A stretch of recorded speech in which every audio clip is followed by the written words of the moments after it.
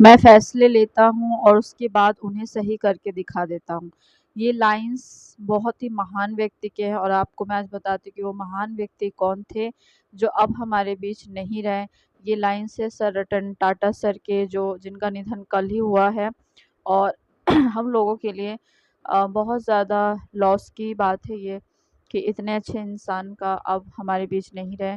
परंतु उनके विचार, उनकी सोच, उनका किया हुआ हर कार्य वो हमारे हृदय में हमेशा ही मौजूद रहेगा।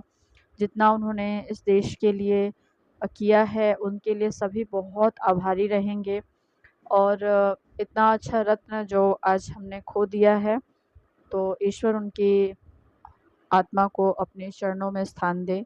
टाटा सर जो कि अब हमारे बीच नहीं है, हमारे हृदय में हमेशा ही रहेंगे और उनकी लाइफ से हम बहुत सारी सीख ले सकते हैं कि वो कितने अच्छे व्यक्तित्व के इंसान थे, उनका मन कितना अच्छा था और कितने अच्छे वो एक बिज़नेसमैन भी थे और एक बिज़नेस चलाने के साथ-साथ उनके अंदर इमोशनल चीज़ें भी बहुत थी, लोगों को समझते थे, सबकी वैल्यू करते थे।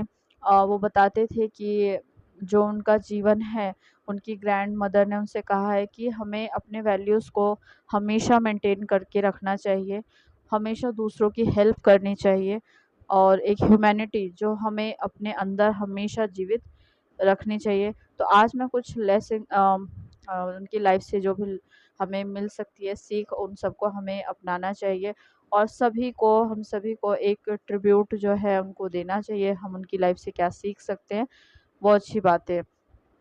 तो उन्होंने कहा था कि जब कभी कोई आप पर पत्थर फेंके तो उसको इकट्ठा करके आप एक अच्छी इमारत बना सकते हैं। कहने का मतलब कि जब आपकी लोग निंदा करें तो उसका रिप्लाई मत कीजिए और अपने आप को सर्वश्रेष्ठ बनाने की कोशिश करें और लाइफ में अप्स एंड डाउन्स हमेशा ही आते रहते हैं, तो उनसे कभी घबराने की आवश्यकता नहीं है क्योंकि ईसीजी जो होती है, जो हार्ट रेट चेक करती है जो मशीन, उसमें भी देखा होगा आपने कि वो लाइन्स ऐसे-ऐसे करके बनती है और उसके बनने का मतलब ये है कि हम जीवित हैं, वरना अगर एक जैसा हो जाए तो उससे पता चलता है कि हम मर चुके हैं। तो लाइफ में हमेशा ही दुख-सुख आते रहते हैं और हमें उसी को एक्सेप्ट करके आगे चलते रहना चाहिए।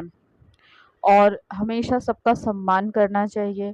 उन्होंने अपने जीवन में रिश्तों का बहुत सम्मान किया है। उन्होंने स्वयं उनके इंटरव्यू में मैंने सुना था कि उन्हें जीवन में 4 बार प्यार हुआ, परंतु किसी न किसी वजह से उनकी शादी नहीं हो पाई और इसके बावजूद भी आज भी वो उन रिश्तों का और अपनी जो भी महिला मित्र हैं, उनका वो बहुत सम्मान करते थे। तो हमें भी अपने जीवन में सीखना चाहिए कि हमारे पास वो रिश्ते भले ही आगे चल के रहे या ना रहे, परंतु इतना सम्मान हमें उस रिश्ते को देना चाहिए कि कल को वो इंसान हमसे बात करने में सक्षम हो, कंफर्टेबल हो।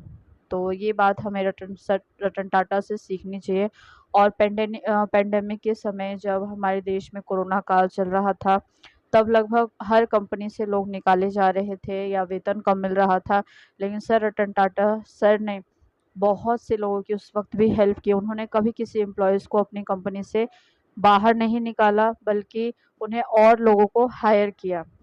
तो ऐसे थे हमारे रतन टाटा सर और उन्होंने ये भी कहा कि आप बिलीव करना शुरू कीजिए, मतलब आप जो भी सपने देखते हैं उनको ऐसा मानिए कि वो चीज़ सच हो सकती है। तो जैसे कि जब घोड़ा बैलगाड़ी का दौर था, जब अंग्रेज़ आए थे, तब भारत में किसी ने नहीं सोचा था कि वो खुद की भी कार बना सकते हैं।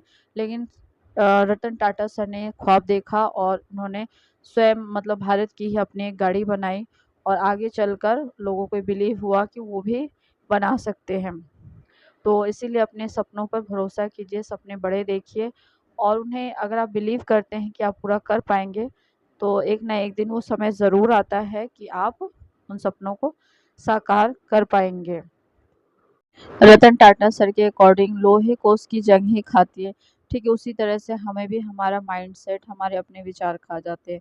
तो हमेशा अपने आप को पॉजिटिव रखिए, अच्छा माइंडसेट लेकर चलें और जीवन में आगे बढ़ते रहें क्योंकि एक जगह रुके रहने से आप क्या बोलते हैं, आप में जंग लग, जैसे लोहे एक जगह रहे, उसका कोई काम ना हो तो उसमें जंग लग जाता है। तो उसी तरीके से अपने विचारों को आगे बढ़ाते रहिए, कुछ ना कुछ सीखते रहिए और जीवन में आगे बढ़ते रहिए, ठीक है। बस मैं यही कहना चाहूँगी और ये वीडियो मेरी ट्रिब्यूट है रतन टाटा सर को, जो कि अब हमारे बीच नहीं रहे। अ बिग लॉस, ठीक है, बट फिर भी हम उनकी लाइफ से लेसन्स ले सकते हैं, जो हमें अपने जीवन में अप्लाई करना चाहिए। Thank you.